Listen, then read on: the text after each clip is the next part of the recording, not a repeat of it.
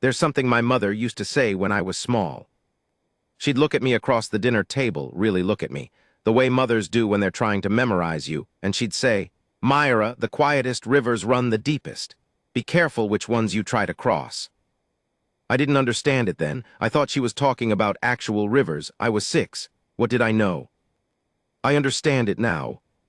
I understand it every single morning when I wake up next to Callum Reed and watch his chest rise and fall in that slow, measured rhythm, and think about how wrong I was. How completely, catastrophically wrong every assumption I ever made about him turned out to be. My name is Mira 7 of the Thelari Accord. Or at least that's the formal version, the designation that gets printed on intersystem transit documents and diplomatic clearance forms. My creshmates called me Myra. The Thelari Accord census records list my species as Valeth, my origin world as Sarathasdun in the third spiral arm of what humans call the Cygnus Reach. My height in human measurements is 5 feet 11 inches. My skin holds a bioluminescent quality that pulses faintly blue-silver in emotional states, though I've learned to suppress it somewhat in human company, because people stare, and staring makes Callum's jaw do that thing where it tightens almost invisibly at the corners. I'm telling you this because context matters. Where you come from shapes what you see. And where I come from, men like Callum Reed don't exist. Let me back up. I arrived on Earth, specifically, at the Meridian Station transit hub above what humans call the Pacific Northwest, approximately 4 standard years ago. The Thelari Accord had been operating a cultural exchange program with the United Earth Diplomatic Assembly for 11 years by that point, but I was part of the third cohort, the generation that came after the initial shock of first contact had worn off and something more complicated had settled in its place. Humans had stopped being amazed by us. They'd started being curious. That's actually a more dangerous state, I've found. Amazement keeps people at a polite distance. Curiosity brings them right up close to your face. I was assigned to the Cascades Research Cooperative, a joint Valeth human scientific facility nestled in the mountains approximately 90 kilometers from a city called Portland. The facility is genuinely beautiful. I wasn't expecting that. I'd read extensively about Earth before arriving, studied the visual databases, cross-referenced atmospheric and topographical data, but nothing quite prepares you for standing at a window in the early morning and watching low cloud move through old-growth trees like something alive. Like the forest is breathing. Sarathasdun has its own beauty. I'm not saying it doesn't. But it's a cold beauty, crystalline and precise, violet skies over geometric mineral formations, everything sharp-edged and clean. Earth's beauty is untidy, complicated. Layers on layers on layers, nothing quite where you expect it. Callum was like that too, as it turned out. I met him 7 months after my arrival, not romantically, not immediately. He was working a security rotation at the facility, part of a small human team that collaborated with our Valeth perimeter monitors. I noticed him the way you notice a piece of furniture that's been placed in an odd spot. He was there. He was quiet. He did his job with a kind of methodical competence that registered in my peripheral awareness and then just stayed there. He never drew attention to himself. That was the first thing. Most humans, and I say this with genuine affection, please understand, have difficulty with what the Thelari would call inner stillness. They fill silences. They gesture when they're nervous, talk when they're uncertain, announce themselves in small ways constantly like sonar pings. I am here, I am here, I am here. Callum didn't do that. He'd stand at his post for 6-hour rotations and he'd be still. Not rigid, not the stillness of someone forcing themselves to stay put. Just settled, like a stone that's been in the same river long enough to become part of it. I asked my colleague Davith about him once. Davith had been on Earth for almost 2 years at that point and considered himself something of an expert on human behavioral patterns. That one, Davith said, studying Callum from across the common area with poorly concealed fascination, is what they call military, former military specifically. They carry it differently from civilians, something in the spine. What does that mean? I asked. Military. Davith gave me the look he gave when he thought I should already know something. It means he has been trained to manage violence, he said simply. Professionally, extensively, for years. I looked at Callum again.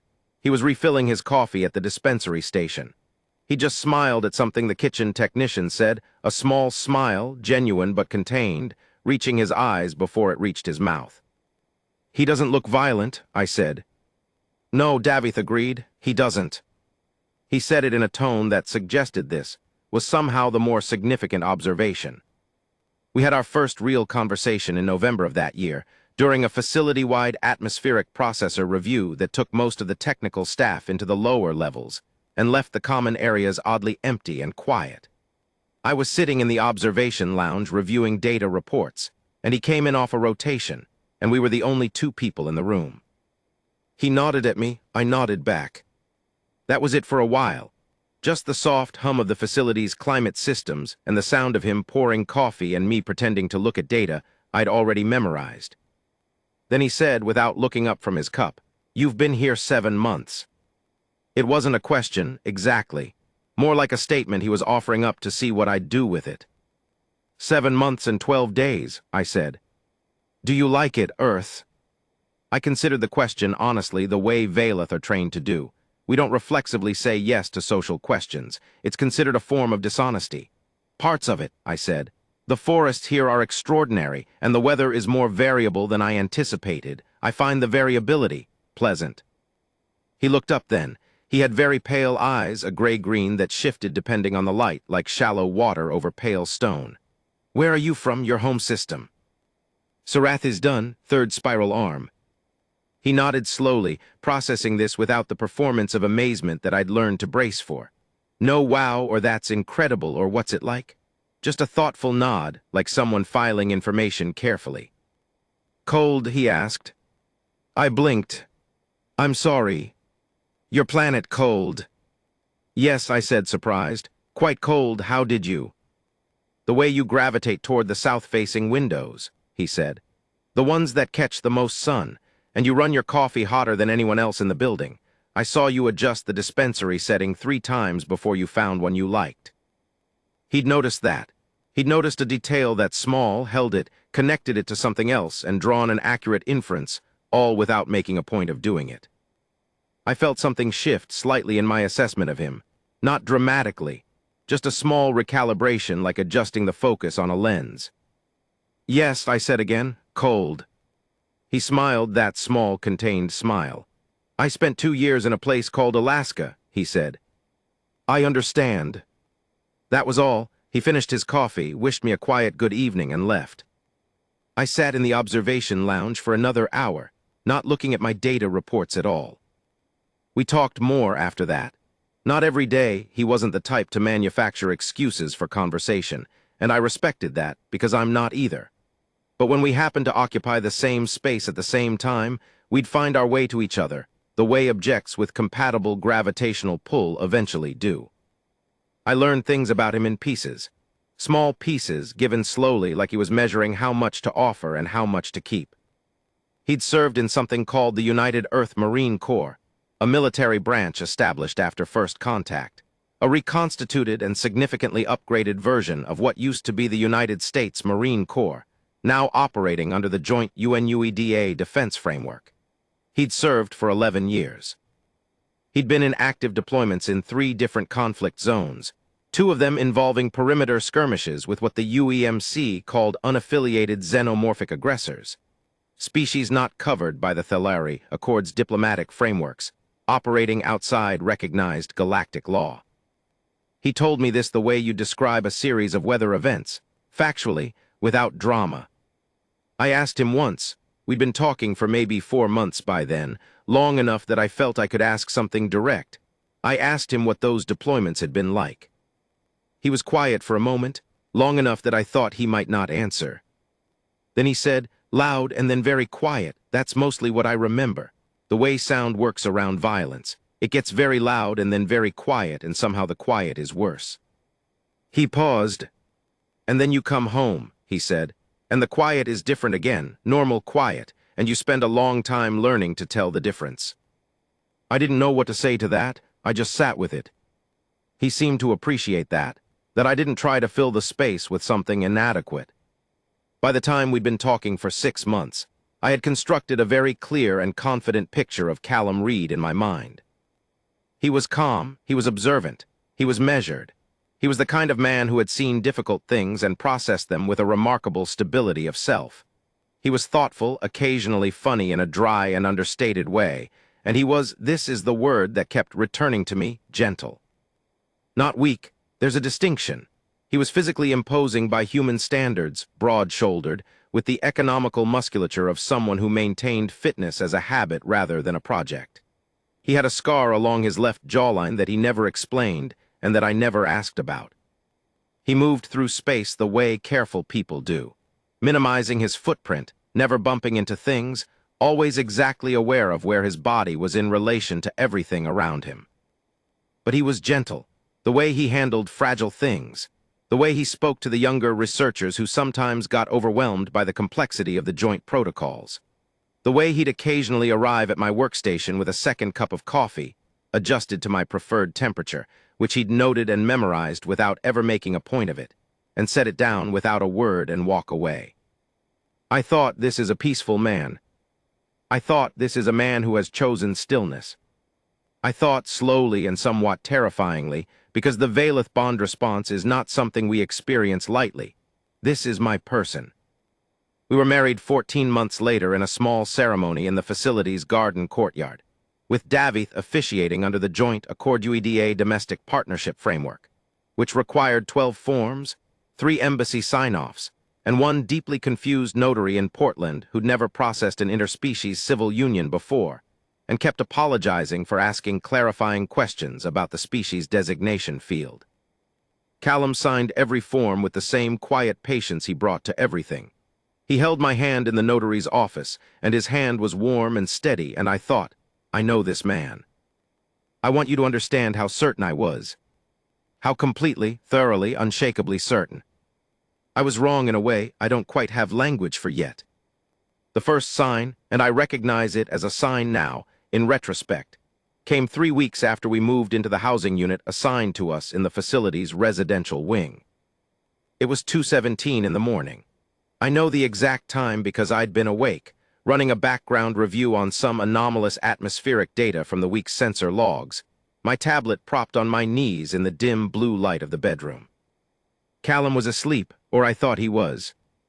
Then there was a sound from somewhere in the residential corridor outside, a door slamming, sudden and sharp, followed by a burst of raised voices. A dispute between 2 of the facility's engineering staff, it turned out later. Something about a misplaced equipment authorization, completely mundane. But the instant that door slammed, Callum moved. Not like a person waking up, not that slow, groggy unfurling from sleep. He was asleep, and then he was not asleep, and the transition between those 2 states was so fast and so complete that I actually startled. He was sitting upright, turned toward the door, and his right hand had moved to the nightstand in a motion so practiced and automatic it had happened before the conscious part of him had processed anything. His hand stopped at the edge of the nightstand, because there was nothing there. He'd stopped carrying a weapon when he transitioned to the facility security role, standard protocol, light arms only during active shifts. The hand stopped, he stopped. He sat there for exactly 2 seconds with his body in a configuration I'd never seen before, not tense, not quite. Something more like compressed, like potential energy in a coil. Then the voices outside resolved into recognizable frustration rather than threat, and something in him processed that, and he exhaled once, and his shoulders dropped perhaps half an inch, and he lay back down. He was asleep again within minutes. I sat there with my tablet dark in my hands, and I thought about what I had just witnessed, and I thought, that hand knew exactly where it was going. I didn't say anything about it. I didn't know what to say. It felt like I'd seen something private, not shameful, just private, like watching someone talk in their sleep in a language you don't speak. But I started paying attention differently after that. And here is what I noticed over the months that followed. Callum always positioned himself with his back to walls, in restaurants, in common areas, at meetings, always with sight lines to the exits. I'd registered this before and filed it as habit without examining it. Now I looked at it again and thought about what kind of person develops that particular habit and how long it takes for it to become unconscious. He tracked movement, not obtrusively, not in a way that made anyone uncomfortable, but his eyes moved, always cataloging the space. I'd catch him doing it in environments he'd been in 100 times before, still doing it, still checking, like a system that cannot be switched to standby mode. When strangers approached him from behind, happened occasionally when he was focused on something and someone came up without announcing themselves. There was always a fraction of a second, barely visible, where his body did something. A micro-adjustment, a reorientation. And then it smoothed away and he'd turn and nod and respond normally. He slept lightly, not anxiously. He didn't seem distressed by it, just lightly, like a part of him was always on watch. And I thought about Davith's words again. He has been trained to manage violence, professionally, extensively, for years. I understood it differently now. It wasn't that Callum had been trained to do violence. It was that he had been trained to exist in proximity to it, to live inside its possibility, to carry the readiness for it in his body like a secondary nervous system, always running quietly in the background. The peaceful man I'd married hadn't chosen peace because he didn't know anything else. He'd chosen it with full knowledge, every single day. That was, I'm still finding the right word for this, that was heavier than anything I'd imagined. More intentional, more costly. I didn't know yet how costly. The incident that changed everything happened on a Tuesday in the middle of March, during what should have been the most routine possible event. A resupply convoy arrival from the Meridian Station Transit Hub. Resupply runs happened every 6 weeks. Large atmospheric cargo carriers, the kind rated for both orbital and low-atmosphere transit, would dock at the facility's landing platform and transfer equipment, materials, food stocks, and occasional personnel. Standard logistics, boring logistics, the kind of thing that generates 17 forms and approximately 0 excitement. I was in the upper observation bay with 3 of my colleagues, running atmospheric calibration checks while the convoy docked below, mostly ignoring it. The convoy was 3 ships. The first 2 were standard Accord-registered cargo haulers, big, blunt-nosed, utilitarian. The third was wrong. I noticed it first because of the registration transponder signature. Valeth sensory implants can detect broadcast signals in ranges that human equipment doesn't always catch, and the third ship's transponder was broadcasting something that didn't match the visual. Like a voice saying one name while the face belonged to someone else. "Davith," I said quietly. He looked up, looked at the ship. His bioluminescence, which he controlled even less well than I did, went immediately and completely still. That blank, flat, no-light state, that means a Valeth has gone into heightened alert. "What is the registration claiming?" he asked. "Thelari Accord Standard Cargo," I said. "Registered out of Karath 7 Supply Depot." "And what is it?" I ran the signal profile through my implant's analysis matrix. The results came back in 0.3 seconds. "I don't know," I said, "but it isn't that." What happened in the next 4 minutes is something I have replayed in my mind so many times that by now I'm not sure which parts are memory and which parts are reconstruction. Let me try to be precise. The facility's automated docking systems had already locked the third ship in. Standard protocol, the transponder checked out at the mechanical level, which is all the automated system looks at. Humans and Valeth don't do manual verification on every ship that comes through because there are 17 of them a week and they're boring. This one wasn't boring. The cargo doors of the third ship opened, and instead of supply crates and equipment pallets, there were soldiers. I want to be precise about what I mean when I say soldiers because context matters enormously here. These were not UEMC. These were not any human military branch. These were Kethvar. If you're not familiar with that name, and most humans weren't at that point, the Kethvar are a species operating in what the Thelari Accord designates as the unaffiliated rim, a loose collection of territories beyond the formal galactic diplomatic framework. They're not signatories to any of the major accords.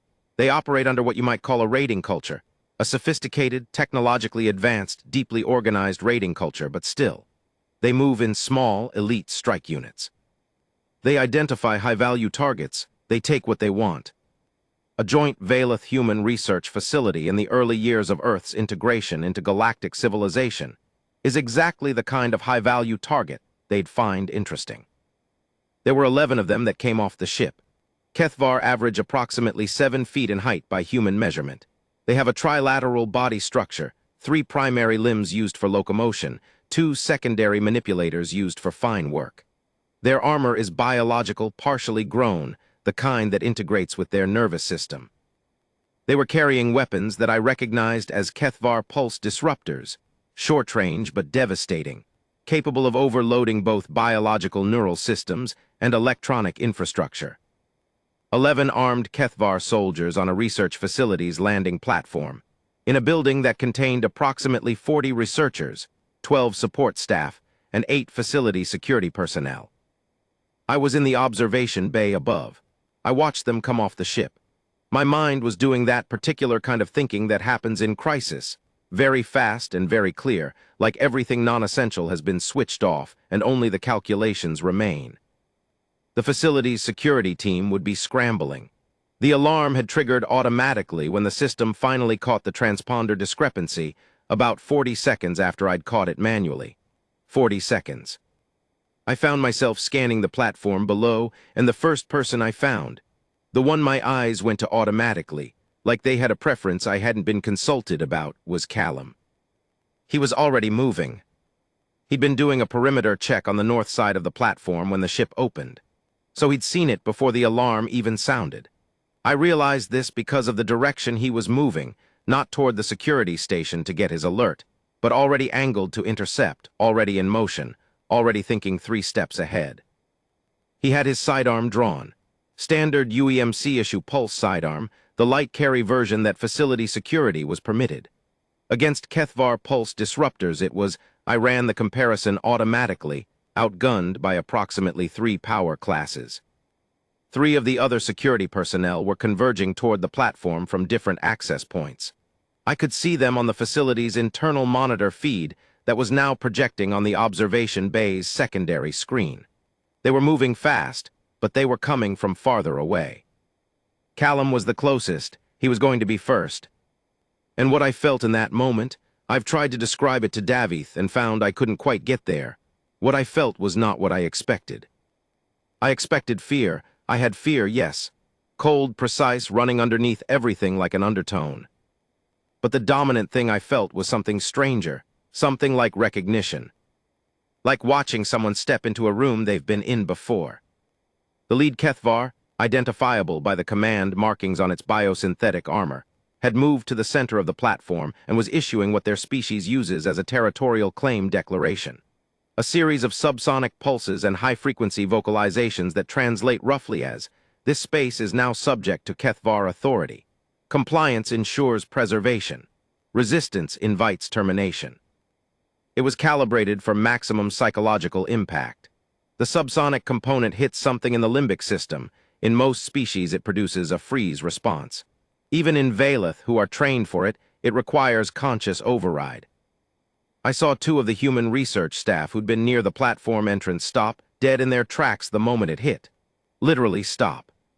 One of them dropped something they'd been carrying. Callum didn't stop. He didn't speed up either. He didn't run in with the kind of adrenaline-visible urgency that you might expect.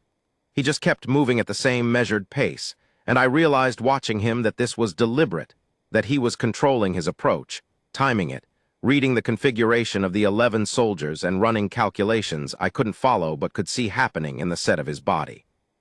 He came around the side of the nearest cargo container and stopped, about 30 meters from the lead Kethvar, far enough to have a clear line of sight to the command target without entering the effective range of the pulse disruptors. And then he did something I genuinely did not expect. He didn't shoot. He said something. I couldn't hear it from the observation bay. I was watching through the external camera feed by then, sound lagging slightly. But I could see his body language, and what I saw was this. He was standing in a way that was perfectly, almost theatrically relaxed. Weight balanced. Weapon visible but angled down and to the side. Not threatening, not retreating, just there. He was talking to the lead Kethvar. Later, much later after everything, I pulled the audio from the security archive. I've listened to it more times than I can count. I have it essentially memorized now. This is what Callum said, in a voice that was so calm it sounded like he was commenting on the weather. I need you to hear me clearly, because I'm only going to say this once. This facility is under United Earth Diplomatic Assembly protection, which puts it under Thelari Accord jurisdiction. You've already triggered 17 different automated alert systems. There are UEMC rapid response units that will be here in approximately 11 minutes. I'm telling you this not as a threat. I'm telling you because you're smart enough to have gotten this far, which means you're smart enough to do the math. Pause. I don't want anyone to get hurt today, including your people. So here's what I'm offering. You get back on your ship, you leave, and I log this as an unauthorized transit incursion. Nobody escalates. Nobody dies. The Accord doesn't get involved. You disappear back into the rim, and this never happened. Another pause, longer this time. Or, just that one word, or hanging there. He didn't finish the sentence. He didn't have to. I have studied Kethvar behavioral documentation extensively in the time since. Their culture places enormous value on what they call Verath, a concept that translates somewhere between nerve and genuine threat potential. It's not about size or weaponry. It's about the quality of a creature's stillness in the face of danger. A creature that is afraid telegraphs it constantly, in micro-movements, in respiration changes, in the way threat makes them either aggressive or small. A creature with real Verath does neither. The lead Kethvar stood there looking at Callum for 7 seconds by the security archive timestamp. 7 seconds is a long time. Then it did something I didn't immediately understand. It raised one of its secondary manipulators, palm outward, and I know now that this is a Kethvar gesture that means approximately I am acknowledging your standing. Not retreat, not surrender, something more like respect being formally noted. The conversation continued. I'm compressing here because what followed was 23 minutes of the most extraordinary negotiation I've ever witnessed, and I have sat in Thelari Accord diplomatic sessions. Callum stood there, and he talked to an elite Kethvar strike commander, and he did it with the same quality of stillness he brought to everything, and by the end of it, the 11 soldiers were back on their ship. The ship left the platform and exited atmosphere before the UEMC rapid response units arrived. When it was over, when the alert had stood down and the facility's shaking had stopped, and people were doing that particular post-crisis thing where everyone talks too fast and needs to touch things to confirm they're real, I came down from the observation bay. I found Callum at the edge of the platform, looking out at the tree line. The UEMC response units had landed, and a team of officers were asking him questions that he was answering in that quiet, systematic way of his. He had holstered his weapon. His posture was exactly what it always was. If you hadn't seen what I'd seen, you'd have thought he'd just come back from checking a perimeter sensor. When the officers finished with him and moved off to process the landing site, I walked up beside him. He glanced at me. Something passed across his face, not quite relief, not quite anything I had a name for. Something that went in and then came back out again very quickly, like a light briefly switched on in a room where the curtains are mostly drawn. "Are you all right?" I asked. It was an inadequate question, and I knew it. "Yeah," he said. We stood there for a moment, looking at the tree line together. "You spoke to them," I said. "The lead Kethvar, before any of the other security team arrived. You could have waited." "They were going to move on the facility entrance in about 40 seconds, he said. "Once they did that, the situation was going to be a lot harder to de-escalate." "How did you know 40 seconds? "The way they were positioned. Lead was still doing the declaration sequence, but the flanking units had already begun to shift toward the access corridor. Another 30, 40 seconds and they'd have committed." He said this the way he said everything, as though the fact that he'd read 11 heavily armed alien soldiers at a glance and calculated their tactical timeline to the nearest 10 seconds was just a piece of information, like noticing the coffee dispenser needed refilling. "What did you say to them?" I asked. "After the initial offer, you talked for almost 24 minutes. He was quiet for a moment. "Mostly I talked about their command structure," he said. "Kethvar strike units operate on a discretionary mandate. The mission parameters are given, but the execution method is up to the unit commander, which means the commander has real authority to abort if the risk-to-reward calculation changes." "And you changed it." "I tried to give them a way to leave that wasn't defeat. That was the important part. If they'd felt they were retreating, we'd have had a problem. Kethvar don't retreat, but recalculating a mission's viability on new intelligence," he paused. "That they can do, that's not weakness, that's strategy." I looked at him. "How do you know that much about Kethvar command culture?" I asked. "A beat, a small one, but I caught it." I've encountered them before, he said, in the field. Just that, in the field, like it was nothing, like it was simply a thing that had happened. That night when we were back in our housing unit, and the facility had settled into its post-incident quiet, I sat across from Callum at the small table in our kitchen, and I looked at him. He was drinking tea. He'd made it for both of us, the way he sometimes did in the evenings. He was reading something on his tablet, and he had his reading glasses on small, slightly wire-worn, the kind he was always meaning to replace and never did, and the light from the tablet caught the edges of the scar on his jaw. He looked exactly like he always looked, ordinary, contained, unhurried. I thought about the moment he'd rounded that cargo container and stood 30 meters from an armed Kethvar strike commander, and said, "I need you to hear me clearly," in the voice of someone absolutely certain they were worth hearing. I thought about his hand reaching for the nightstand in the dark. I thought about the word Davith had used, trained, and I thought about how inadequate that word was, because training is a thing you do to a person from the outside. What I had seen today was something that had gone in so deep it had become structural. Bone deep. The way his body knew things his conscious mind didn't need to be consulted on. "Callum," I said. He looked up from his tablet, over his reading glasses, patient, attentive. "When you walked toward them today," I said, "what were you thinking?" He considered this the way he considered everything, not rushed, not dismissive. "I was thinking about spacing," he said. "Cover points. The angle of approach that gave me the best sight line on the most of them with the least exposure. Thinking about what I knew about Kethvar command protocol and how to use it. Thinking about where the other security team members were and how long I had before they'd arrive and potentially complicate things." He paused, "And I was thinking that there were 43 people in that building," he said quietly, "who had no idea what was happening yet, and I needed to keep it that way for as long as possible." I let that sit. "Were you afraid?" I asked. He thought about it. "Not in the way that would have been a problem," he said. I didn't know what to do with that answer. I stored it away, the way I store things I don't understand yet but will eventually need. "I thought I knew you," I said finally. He tilted his head slightly, not defensive, just listening. "I thought you were a peaceful man," I said. "I thought you'd chosen stillness because that was your nature."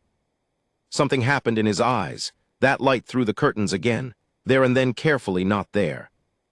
"I am peaceful," he said, and then softer, "That's not the same as being without edges." The UEMC filed their incident report. The Thelari Accord issued a formal alert about the Kethvar incursion. There were meetings, debriefings, a security protocol review. Callum gave his report with the same thoroughness he brought to everything, and the UEMC officers who interviewed him had the expressions of people who'd found something they weren't expecting and weren't quite sure how to classify it. Davith pulled me aside during one of the breaks in the review sessions. "You understand now," he said. It wasn't a question. "I think I'm beginning to," I said.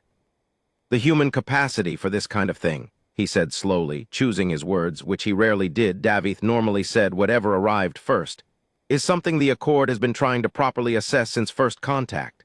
Not the violence, that we understand. Many species have violence. It's..." He paused. "It's the packaging," he said finally. "This specific thing they can do. This walking around inside ordinary life, being kind, being gentle, making tea, noticing what temperature you like your coffee." He gestured vaguely in the direction Callum had last been seen. "While simultaneously carrying all of that, the capacity for all of that, fully integrated, not separate, just folded in." He looked at me steadily. "Your husband is not unusual among his kind," Davith said. "He is simply well-calibrated, functional, healthy. What he did today, that is what a healthy human being trained in their military tradition looks like when things become serious." He let that land. "There are 8 billion of them," he added, "give or take." I've been thinking about my mother's words again. The quietest rivers run the deepest. Be careful which ones you try to cross. I don't think she was warning me. I don't think she was saying be afraid.